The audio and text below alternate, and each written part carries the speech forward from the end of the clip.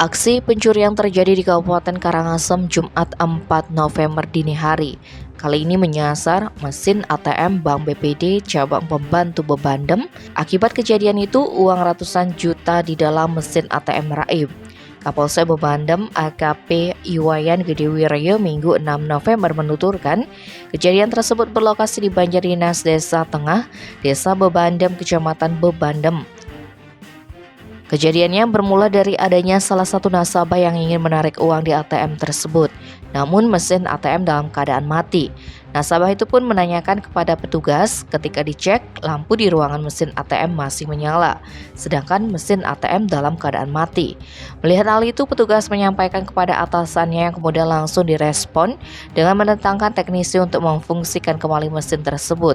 Berselang beberapa waktu, keluhan yang sama disampaikan nasabah lainnya. Kasus baru terungkap ketika pihak Bank BPD Bali Capem Bebandem hendak mengisi uang ke dalam keset atau kotak tempat uang dalam mesin ATM. Ketika dicek, 2 kaset di dalam kosong dan satu lainnya yang berukuran lebih kecil berisi uang tunai 8,7 juta rupiah. Saat dilakukan pencocokan ternyata datanya tidak sesuai.